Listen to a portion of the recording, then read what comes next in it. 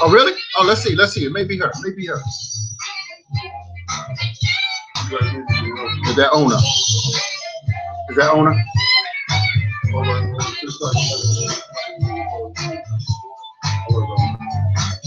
That's owner or okay.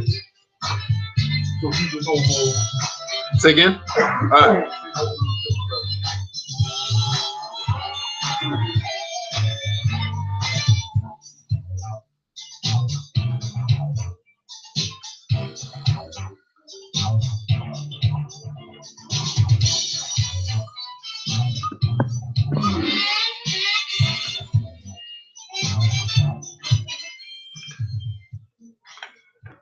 All right. All right. Good evening, everyone. You're tuned in to Holla at the Success Scholar. I am the Success Scholar, Haki Ammi. Thank you for tuning in live here on elifemedia.net. And I'm here each and every Monday, 8 to 9 p.m. It's a beautiful day, broadcasting live in Prince George's County, Maryland. Yeah. Just want to thank everyone for allowing for me to be in your ear each and every Monday here. And we do download the shows on the YouTube, as well as you can listen live directly on elifemedia.net, as well as on the Ustream app. So definitely check us out. But I have a wonderful guest up here. And first, let me thank my last week I had Michael Graham of Heart and Soul magazine on joining me, Baltimore, as well as Nikki Mayo of the National Association of Black Journalists. And so they had an event in DC at the Convention Center, Heart and Soul magazine, and NABJ is coming to New Orleans coming up here. But I have the honor and pleasure to have on the line with us someone who may not need an introduction, but we're gonna, give her a proper introduction. She's doing some phenomenal work.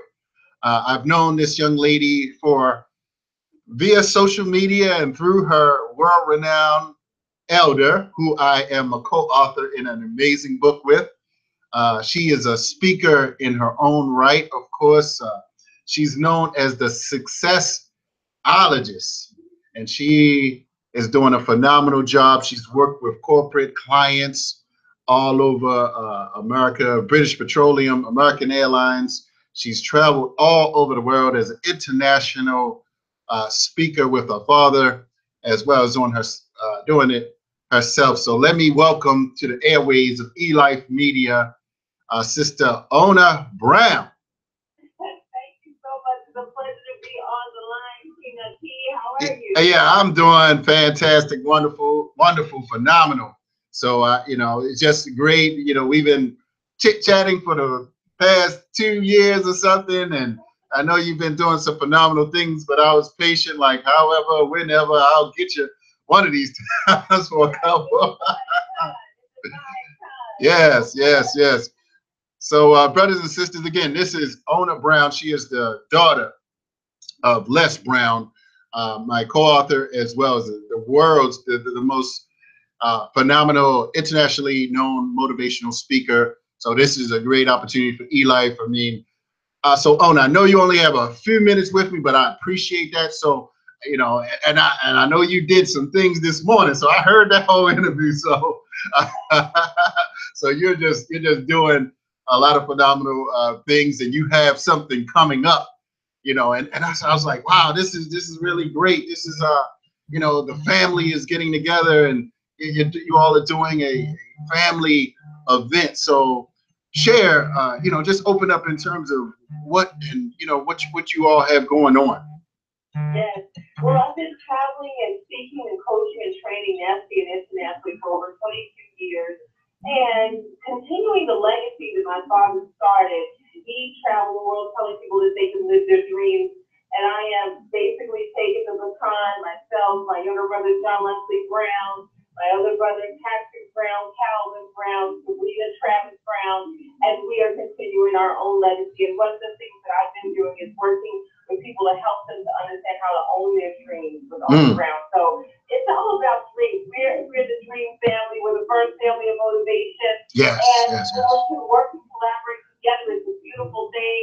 However, oftentimes we're crossing each other in planes and missing each other on platforms. Yeah. But whenever we do get an opportunity to do things together, it's a beautiful thing. And so to hear you say that the family is coming together is kind of funny. I tell you, people see that as we're coming together, but we've always been there. We may have been in the background by me being the number one salesperson in the back of the room for my father for years. Right.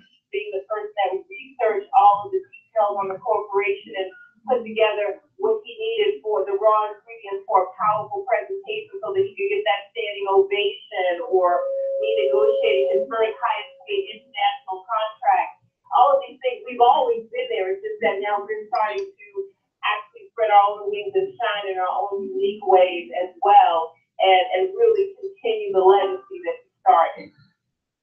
Wow, awesome, awesome. Yes, it sounds good. I did read that you worked with your father for 22 years, directly as his CEO, president of his operations, and that has taken you all over the world, speaking and, first working behind the scenes, doing a lot of work with him, and then, really putting much of his engagements together, right? So quick question, and I know how much, we only have a couple minutes here. So what was it like? I know you get that question. What was it like actually growing up in a household with Les Brown? Was it like, like drill sergeant? I always talk about how serious it is when you have someone who does not allow you to stay in a funk or doesn't want to hear anything that's less than greatness. If you're not bringing in greatness conversation, then you will get checked quickly. And I remember one time as an entrepreneur when I had just kind of stepped out on my own, and I relocated to Chicago and was living in the Hyde Park area, and I was telling Dad, I said, listen, you're always talking about leave and grow your wings on the way down. What are you supposed to do when you leave and grow and you're trying to grow your wings, but your knees start scraping the cement? It seems like every time I was trying to close a deal or get a client, either it would come through, and whenever some funds came through, the piranha deals were eating them up, and I just seemed like I couldn't get ahead, and I was always pushing and striving to figure out what to do as an entrepreneur to stay afloat. And Dad said to me, listen, that's a part of the territory, and you've got to understand that you have what it takes to make this happen. And so having those type of greatness conversations is something that I remember more importantly when as an entrepreneur, because when you're young, you don't have a lot of things that are really pushing you or challenging you. But when you get into that space of saying, this is what I'm going to do, this is what I'm going to bring to the marketplace or bring to the planet, and then it doesn't show up in the way that you thought, because you're going to have unexpected detours and setbacks and situations and disappointments and sicknesses and deaths and sabotaging and jealousy and haters. You name it. All of that is a part of the territory. And so it really, I don't remember who it was, but someone said that adversity introduces us to ourselves. So we get to see what we're made of as we're striving and pushing towards what we want to create in this thing called life. And I believe that we are here to create. And the name of my company is World Impact Now, which is win. When we get in a place of understanding how to not just help ourselves to win, but as my uncle George Frazier would say, to help others to win, and we could connect those dots. So we have the web of success that all of us really have the ability to create if we make that intention, if we set that intention for ourselves, and we hold that vision and we do the work. Awesome, awesome, awesome. All right. That was beautiful. That was beautiful. So I know you had, we talked about one segment, 8:15. So I know Wesley, your brother, is gonna call in. How long did you? He said 8:15. So so I know you got to go, right? He's texting me. Okay. I'll tell John that he can do 8:30 if he can. Let me make sure. But yeah. I'm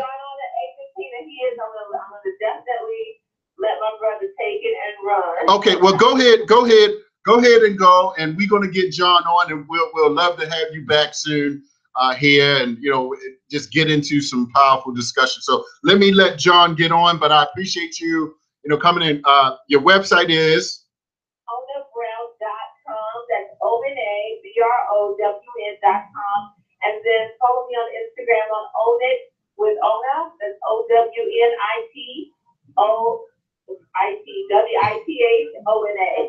All right. So, love you much. Thank you. Yes. Keep doing the great work. We're proud Beautiful. of you, brother, and we look forward to staying connected with you and doing some great work there. Great. Sounds good. Sounds good. All right. All right, brothers and sisters. That was Ona Brown. Thank you. Thank you very much. So we're going to have John Wesley calling in any second. So Ona is gone. So let's get John back in, and he's been calling. So we apologize for those that wanted to hear Ona, but you get a 2 for the day here on eLife Media. Is that John up? All right. All right. Yeah, John. What's going on, my brother? How are you? I'm fantastic. Actually, my first name is hyphenated. It's John Leslie. Leslie Brown. And yes. Les Brown is every boy, but Ona Brown is pride and joy. All right, man.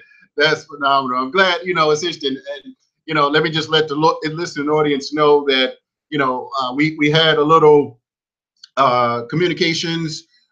So John stepped in for his big sister, right? Actually, what we wanted to do was give you a first-hand demonstration of what is called generational networking. Yes. Which will lead you to generational wealth. Hey, it's one thing right. to network with strangers, but when you can build a business and an empire with your family, that's something that makes the whole community proud. Absolutely, absolutely. So John, I asked John. Oh yeah, let me say the whole thing. John Leslie, yes sir, yes sir. Growing up, I asked Ona, just how was it like? Were you like you do this? No, I actually saw a clip of you where you said that you brought a report card home, and your father said that he didn't need to see your report card. He see what you do in your downtime. If you remember that. Yeah, so how was it just kind of growing up, bro? What was it like? What was your experiences? What do you remember? Well, I think, many people, they go to school, they work really hard in school, and they go to college. Then they get in debt when they go to college. And after they get out of college, they work to get a job. And then they maybe, if they're lucky, they'll find a job that they actually like. Right. Yeah. Maybe if they're lucky, they'll actually stumble upon their purpose. But growing up in a household that was really spearheaded by Mamie Brown, Mamie Brown, she had a 3rd grade education. And really, her sacrifices and her dream to become a mother, it paved the way for me to have experiences that you can imagine growing up. And so my fondest memories as a child is just growing up in the house with Mrs. Mamie Brown. Her heart was so huge. And one of the things that I'm going to be sharing with your listeners today is what I believe by the age of 10 years old, unfortunately, Mamie Brown passed away from breast cancer. Okay. And that was the most challenging time for me and my family. I remember when my dad came out of the room, I remember looking in his eyes when I saw my dad cry for the first time, and he looked me in my eye. I was sitting there on a green couch. He said, "Mama's gone." And as a kid, it was actually my birthday, but that was the first time that I was learning how to be sad. But a couple days later, during the funeral, they asked if anyone wanted to get up and share a story about Mrs. Mamie Brown. And without anyone paying me, without anyone asking me, provoking me, or training me, I got up. Because when I speak, and when owners speak, when we share the stage, whether it be nationally or internationally, in a juvenile facility, a group home, or to C-suite employees, we speak on behalf of the undying dynasty, the immortal impact of Mrs. Mamie Brown. Yes, yes, yes. Whose heart was bigger than Warren Buffett's bank account. Wow. And one of the things that Warren Buffett says is that someone's sitting in the shade today because of a tree that was planted a long time ago. And all of the seeds that were planted in my dad by Mrs. Mamie Brown, my dad has shared them with me, and Ona has shared them with me. And it's a variety of growing up with thought leaders, known and unknown, that helped me to have a childhood and to become the highest paid speaker in America by the age of 14. Yes. I never knew then.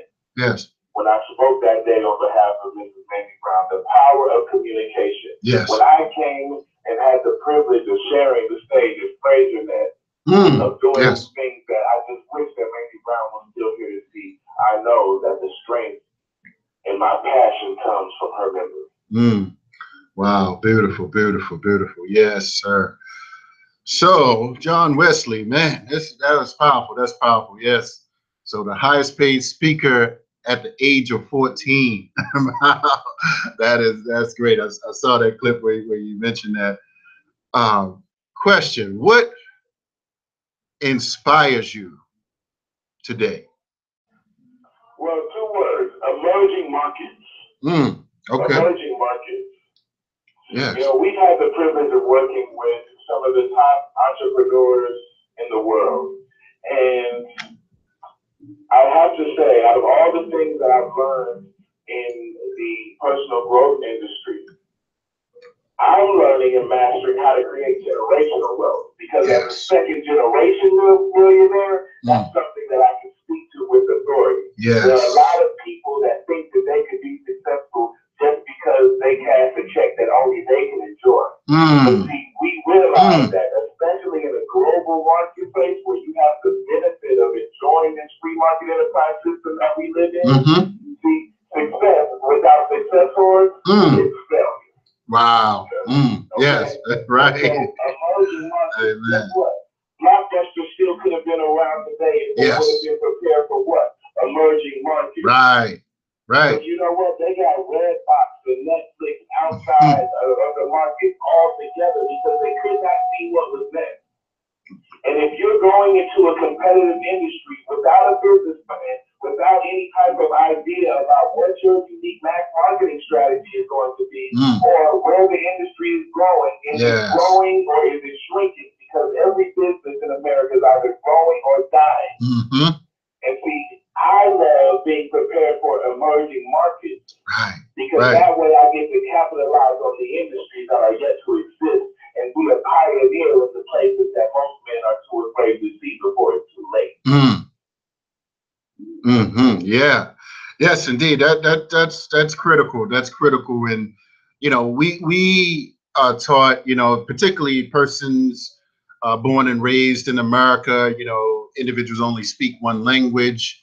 We think very small about the world, you know, and that kind of keeps many of us limited, you know. And I just saw a recent report. It said the top 10 global corporations, 8 out of all of them were engaged in more global markets and global opportunities. That's why Ona's company, Ona and I, our company that Ona founded over 20 years ago is called World Impact Now. Yes, yes. And she knew 20 years ago that we were moving into a global economy that she read about. So when people started losing their jobs, we already had our speeches ready for people who got fired. But just imagine if you knew the power of social media before YouTube was invented. Yes. Just imagine if you knew how to launch Facebook ads a week before Facebook launched their ads. Because there are people out there that do. Right. Because they're studying and always looking for what's next. Wow. Yes. And one of the things that we look at, and you look at, like you said, I'm in this personal growth industry. It does $12 billion in the U.S. alone, $64 billion worldwide. The top 5,000 U.S. speakers make over $1.2 billion a year. Wow. Those are things that I did not understand when I was just 13 and 14 and 15. Yes, Here I am at the top of an industry, but if you don't measure, then you cannot grow. And that's one of the things that your plan sees. In my book, The Harvard Effect, which is an international bestseller on Amazon in 3 different categories, I shared with people what the Gates family shared with the Brown family. See, after speaking for Microsoft, my dad went in the back room and they said, "Hey, excuse me, Mr. Brown." He said, "Yes, sir. Yeah, we heard you talk about your 10 and 20-year goals, and yes, that is important, but we want to tell you something." They pulled up a screen and said, "This is where the Gates family will be in the area of technology 100 years from now." You see, they had a 100-year plan for the Gates family. And when my dad told me that story, and he never shared it publicly before, the first thing that he said was, "Wow." You know what I was thinking? I was thinking, how? How do you make a 100-year plan? Because if it's good enough for the Gates family and the Zuckerberg family and the Buffett family, then it's good enough for the Brown family. And it's good enough for your family. And the thing is that many people don't have access not just to the hope, but to the methods that people use in order to get ahead, and so many of us get left behind. And part of the way to do that is to create a 100-year plan. And when you have a 100-year plan, you realize that this is a plan that's not all about what you're going to drive or how nice you're going to live or what's going to be in your bank account, because you are not going to live forever. You can't get out of life alive. So the fact of the matter is that this is a plan that has to be bigger than you. And you have to enroll some people in this plan to keep it alive beyond your lifespan. See, most people, when they're setting their 10 and 20-year goals, they're thinking about what they can get for themselves. But when you have a 100-year plan, you have to answer the question, how will the world be different because you were born?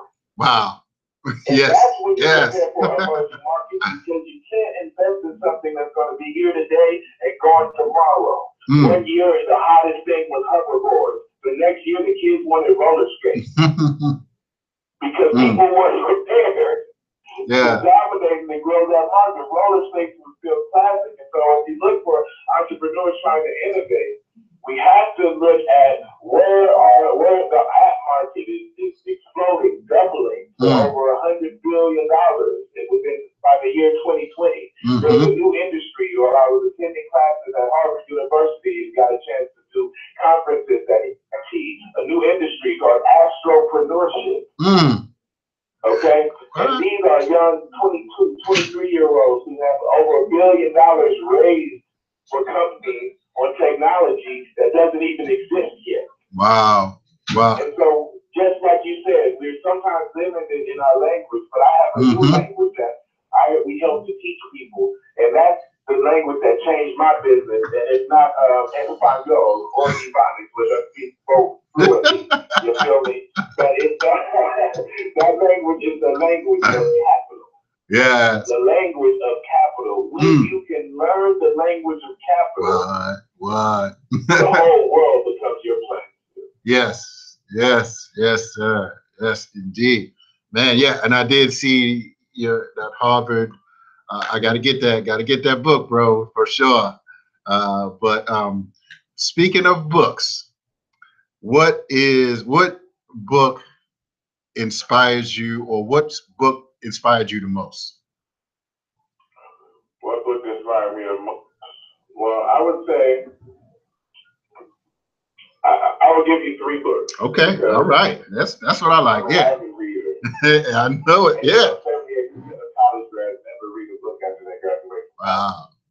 78%. So when I started taking classes at Harvard and having to think of a reading list I read in my early teens, I was quite excited. Wow. Right. Yes. Top 3 books. Number 1, The Secret of the Ages by Robert Haki. Yes, read it. All right. Yeah. Okay. Okay, then I'm not even going to tap into the psycho-cybernetics on you, because you already know that one too.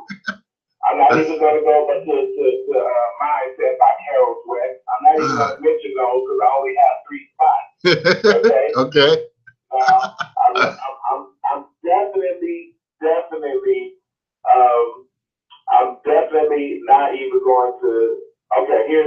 second one right now. I'm All going to right. give you guys one. One of my words right. Yes, sir. Persuasion. What is it? Persuasion. Persuasion. Trying to rhyme with Caldini. Now, I really don't like to get my stuff like that. I really don't, especially for a brother like you. I know I next week you'll be quoting this because I haven't got to yet.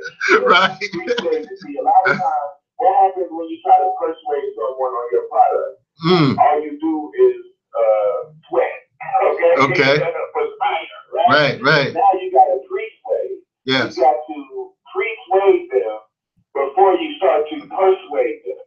And that's something that you can learn from that book, Persuasion. I bet if that's just number 2 in classes. I don't want to say too many. I don't want to talk about the linchpin.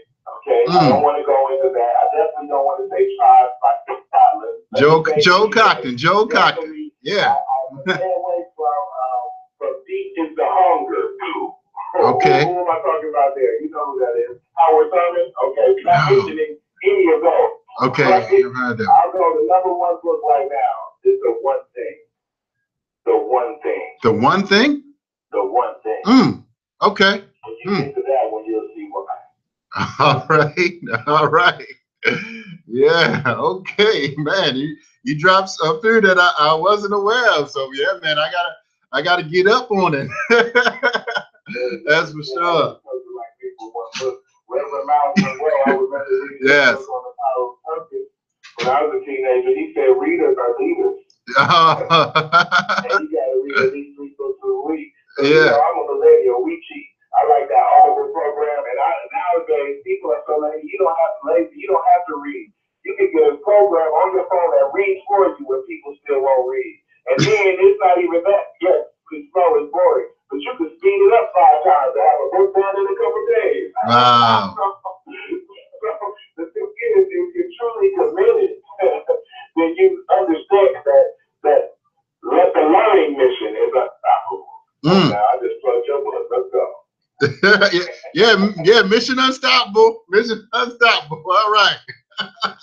Yeah.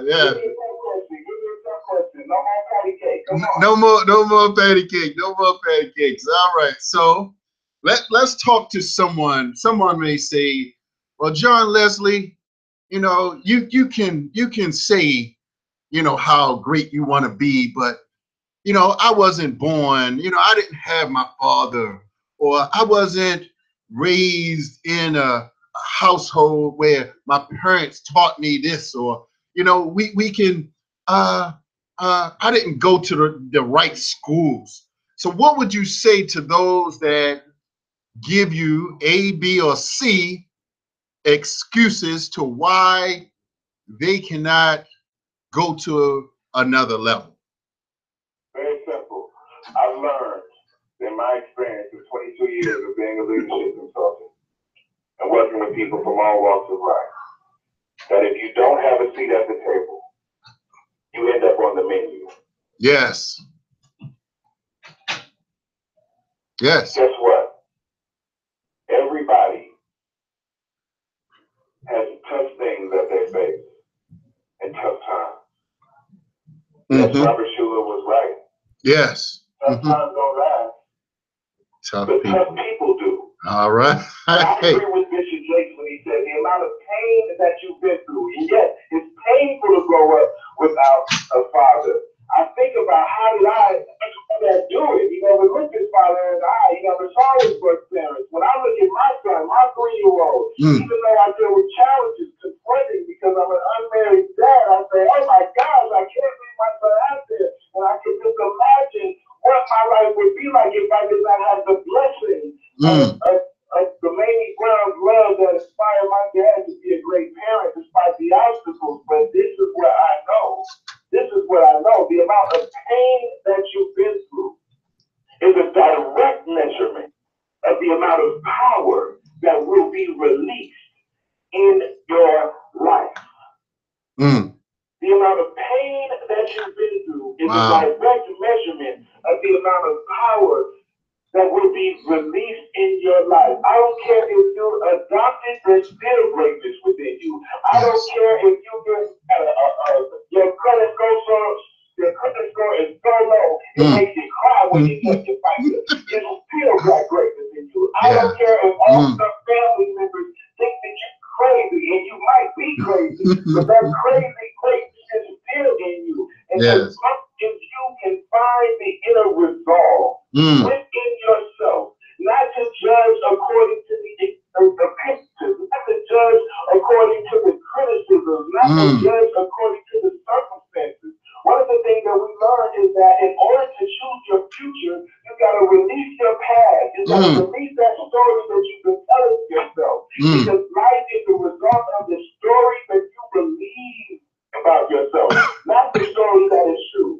And so we have people, they have strong mentors, strong men who nurtured them, who were there. Yes, my dad did not have his father, but he had a teacher by the name of Mr. Washington. Yes, Mr. So Washington. you have to be grateful for what you had. The D in the Harvard effect stands for dwell in gratitude. And we cannot limit ourselves and not limit our future or our possibilities based off of what we've been through or based off of who has been something to us.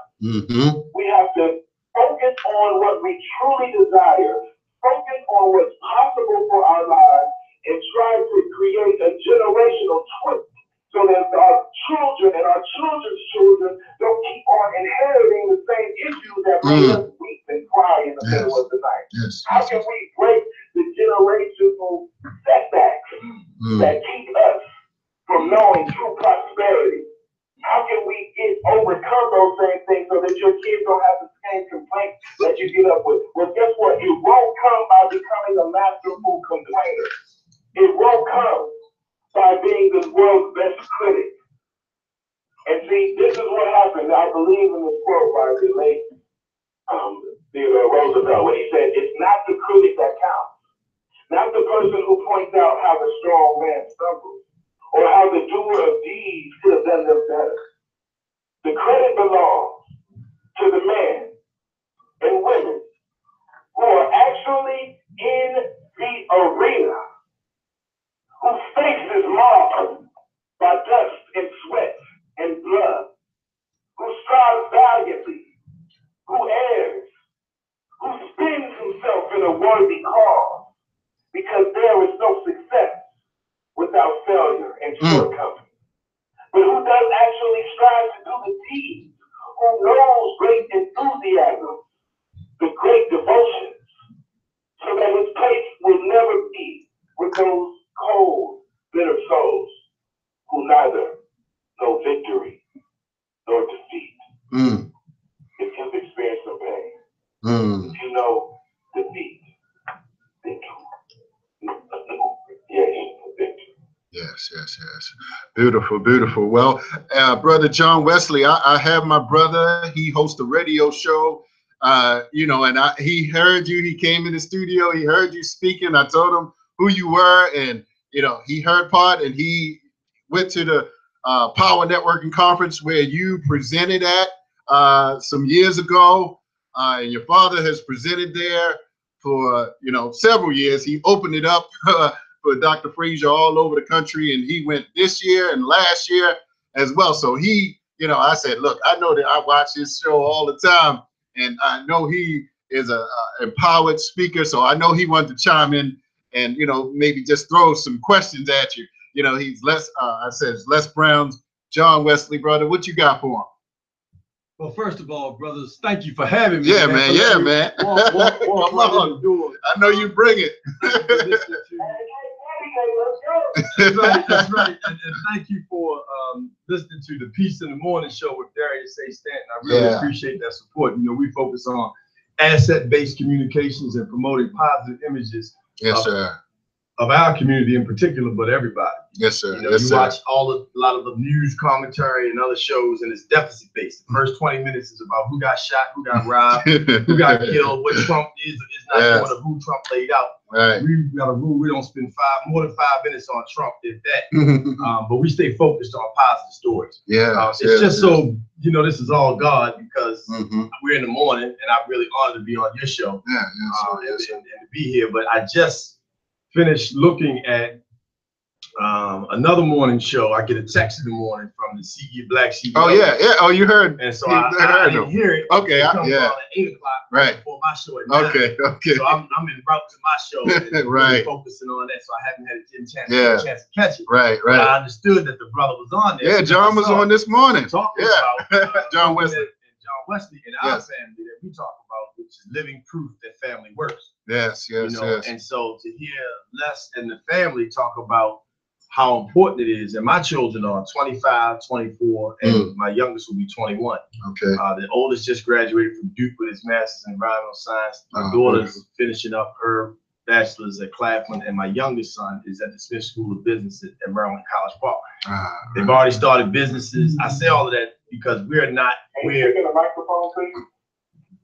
I can barely hear you. Can you hear me now? Okay. All right. Is it a little better? A lot better. Thanks very much. Let me put my real piece of the morning show. So peace in the morning, love at night. Thank you, brother, for making sure that I could be heard. So anyway, just talking about my family. My wife's a dynamic. We have a business, but I want to, aside from that, when I walked in, I heard you talk about something that's so profound in our lives, and that is really what I call creating positive frames of reference. But you spoke about it in terms of breaking the cycle of generational curses. You didn't use the term curse, I don't believe, but generational things that hold us back. And those, whatever that may be. And we often talk about the importance of teaching people how to share your health legacy with your family. So your family knows that your mother, your grandmother had sugar diabetes, and your grandmother had died of melanoma cancer. Your grandmother had this, your grandfather had that. So you understand what's part of your history from a health perspective. From a spiritual perspective, your legacy, what happened in your family spiritually. Are there any mental health challenges in your family? Financially, what can we do from a financial perspective? But also, people have spirits, and spirits are also left as a legacy for people. And those things are passed down to our children. And so what's your question, sir? My question to you, sir, is share the beautiful things that you can share about families being able to work in concert when other things are competing. How do they make those things work in concert when they have other jobs, other roles? How they then still take what they need to do as a family business and move those things forward? Okay, great. Now there's a couple of questions here. One thing is working together as a family and having a family business is different. Okay, the main difference is capital compliance. You got families that love each other, that been each other for their entire lives. I would say 95% of families, they're blood relatives, they know each other, they all have skill sets that can complement each other, but they break more bread than they do money together. They actually, it's very rare that families actually set up a business entity, invest capital in going into a marketplace, and stick together and work together over long periods of time. Those that do, generation after generation, they find a way to pass down their wealth and make sure that anybody with their last name never has to work a day in their life again. So how do we how do we do that? I know you explained what is hard to do, but tell me how you do it. And those families that do make that happen, what are the steps to bringing that capital compliance together? How does that happen? Number one, the first step is to create a 100-year plan. And so one of the things that reasons why families fail to work together is because when things don't work out, they go in a different direction. And what happens is we have cultivated a culture that is really centered on instant gratification. And so it's hard for you to think about everybody winning in the long run if you can't hear it because you're too busy trying to pay your bills next month. And the thing is that you have to understand the power of not just being an entrepreneur, but in in my book, The Harvard Effect, I talk about being a relationship preneur. There are a lot of IEOs out there. What's the IEO? An individual executive officer. They don't really have a team. They don't have a network or a staff or a volunteer base of people that are behind them. And it's not because the world is a tough place. It's because of the way that they treat people. And just because a person's in your family doesn't mean that they're going to be kind to you. Just because a person in your family doesn't mean that they're not going to steal from you. Doesn't mean that they're going to pay you what you're worth. And so the number one quality that allows family businesses to thrive over generations and generations is trust. And trust is only built with an ethical decision. A decision to have ethics more so than ego. Ethics over ego. And when you're creating your 100-year plan, see, just think about this. If you sit down and you focus 10 years on thinking about what you're going to get for your life, and you never spend 10 minutes on thinking about that for your cousins, your aunties, your uncles, your nephews, the people in your community, your congressman, your president, your vice president, if you spend all of your wasted energy on getting something for yourself, you'll never be able to be a successful relationship preneur. It takes a village. It takes a community. It takes a family. And when you treat strangers like family, the family will start to pay you like strangers. That's a good point. Because a lot of times we go and we can get people who don't know us, who don't love us to give us money, but we don't take the time and the dedication to say, hey, what can we build forever that's going to do more than just pay our bills, but that's going to contribute something to society? After you already achieve financial success, what do people try to do? They try to find a way to reduce inequity. They try to find a way to open up community programs. They try to find a way to reduce the homeless rate and the recidivism rate. And see, the thing is that you can get respect with your family if you make the decision that, hey, regardless of what happens, regardless of how you talk to me, regardless of if you discourage me or not, if you have like-minded family members like Ona and I, who are similar in philosophy but different in function, and we make a decision, sometimes we get on each other's nerves, but guess what? When it's time to go out in front of the world, we stick together. And when we're apart from each other, we miss each other. And there's nothing like brother and sister, father and son, husband and wife, community and activists coming together, entrepreneurs and students coming together. And when you are a relationship-preneur, you look at how do you build a plan that's long-term, and that'll bring everyone in. Because without the capital, and how do you get the capital? It's not just about throwing all your money at a problem and hoping it sticks. You have to bridge something that brings value to society. So what can you build as a family that has what Warren Buffett calls durable, sustainable advantage? If you can develop a durable, sustainable advantage with your 100-year plan and your family, then you can create generational wealth. Okay, so this is what I heard. Create a 100-year plan. Number 2, become a relationship-preneur. Number 3, trust. Make sure you put ethics over ego. I love that. Number 4, real focused. And then number 4, build a sustainable, durable, sustainable. What do you have as a business that's durable and sustainable advantage, and be similar in philosophy but different in functions? Well, thank you, brother. Speaking of which, I got to get on my family. Hey, well, I appreciate you sliding through here, man. All right. Yeah. Thank you, bro. One of the things I want to leave with you all, I think, is just very important in everything that we do. And you're obviously doing it within the Brown family, but it's so important that we help to retool leadership, that we shift the way that we've been doing business and leading, and create opportunities for other people, especially our young people, to share the mic, share the stage, share the platform, share the news article.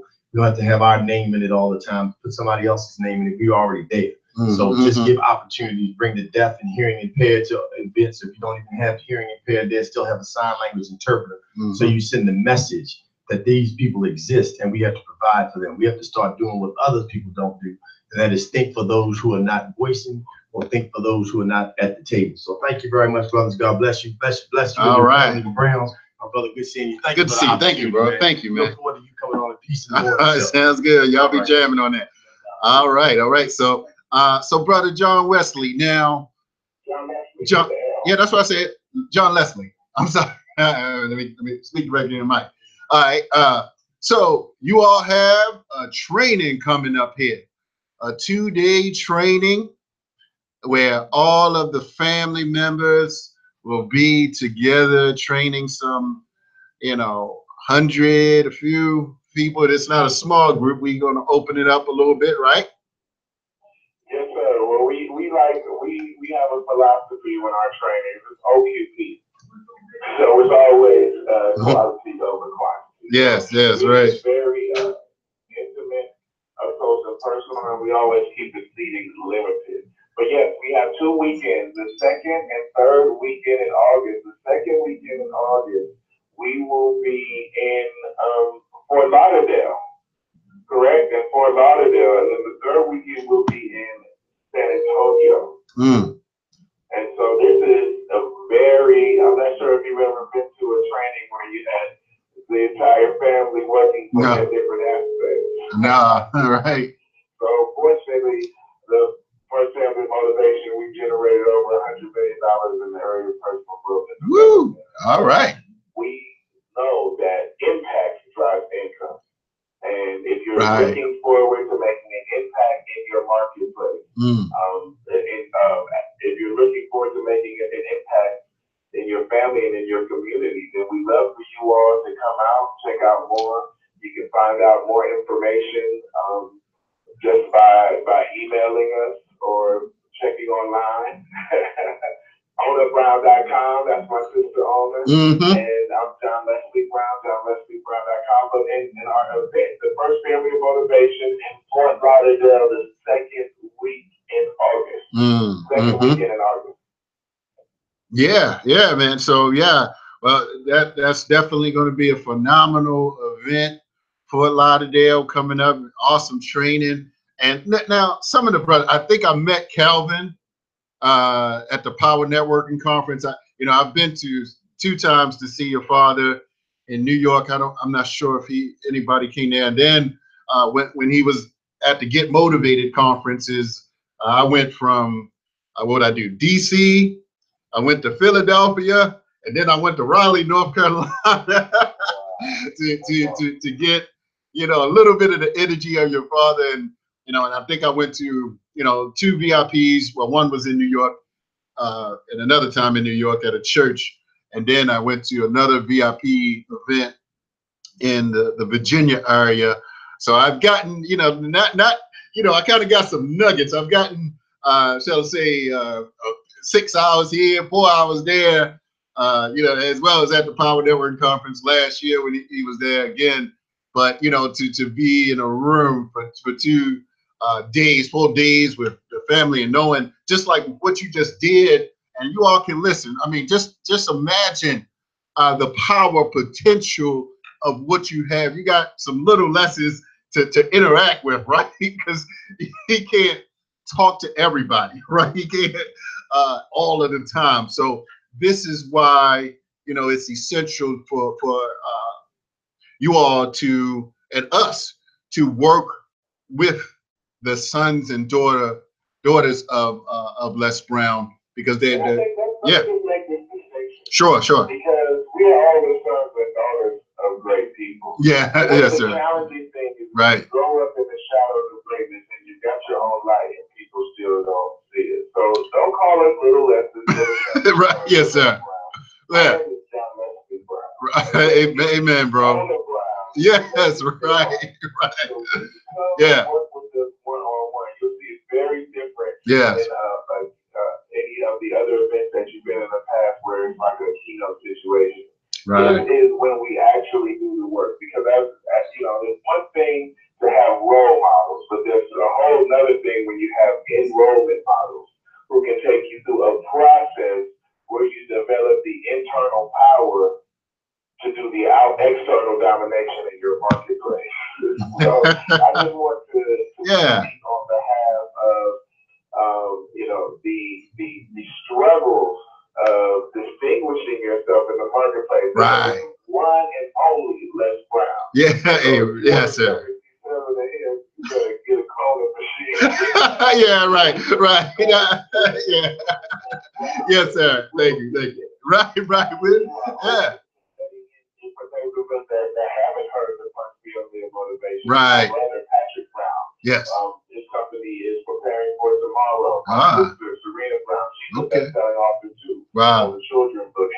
She runs 5 different businesses. Yes, sir. Yes, sir. And my brother Calvin, the CEO of the company, right. If you're open to having a variety of different perspectives about achievement, right.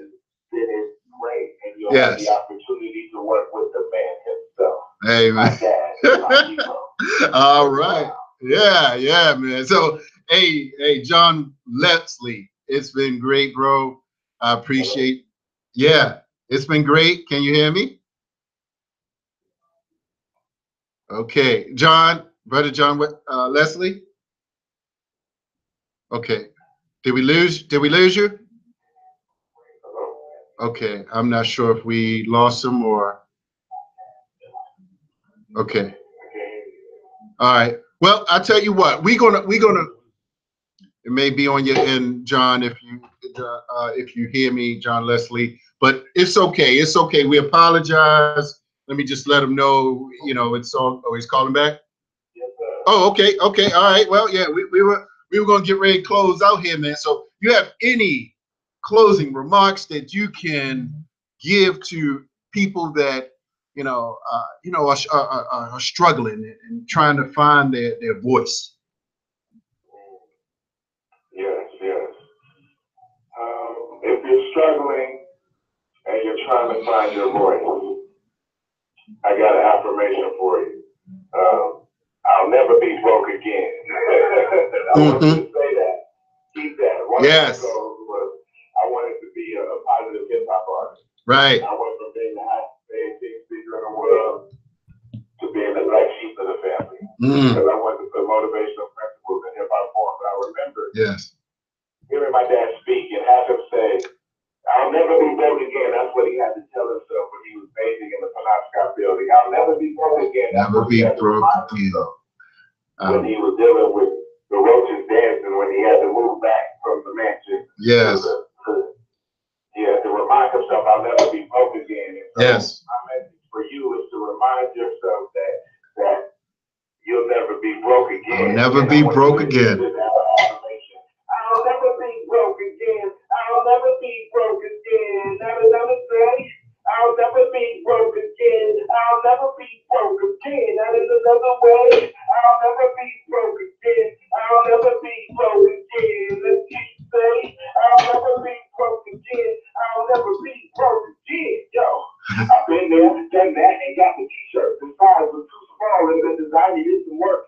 You can feel me if your paycheck don't match your purse. You can feel me if you only got pennies in your purse. The weekend I live, I was out of my mad. To the limited because of a price tag. You don't have to have a funds to deserve it, and if I don't have the ones that doesn't mean that I'm not worth it. But you can't take that to the bank, so I'ma build my road so I can take it to the bank. Cause you only welcome without a thanks when your mind is rich and your pocket's safe. Nah. You'll never be broke again. You'll never be broke again. All right, yeah, man. I heard.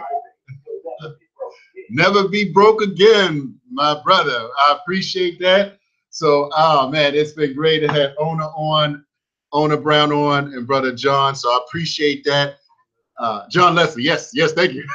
So we appreciate that, and of course, we're gonna close out here, but just let everybody know I got Dr. Dennis Kimbrough coming real soon. So stay tuned in. Thank you, my brother. Thank you, brother. All right, we are out. We are out live until next week. Again, this is Haki, Ammi, the Success Scholar, best-selling author with Les Brown and Dr. George Frazier. Dr. Dennis Kimbrough coming up real soon. All right, we are out. I'll never be broke again. Amen. All right, peace out.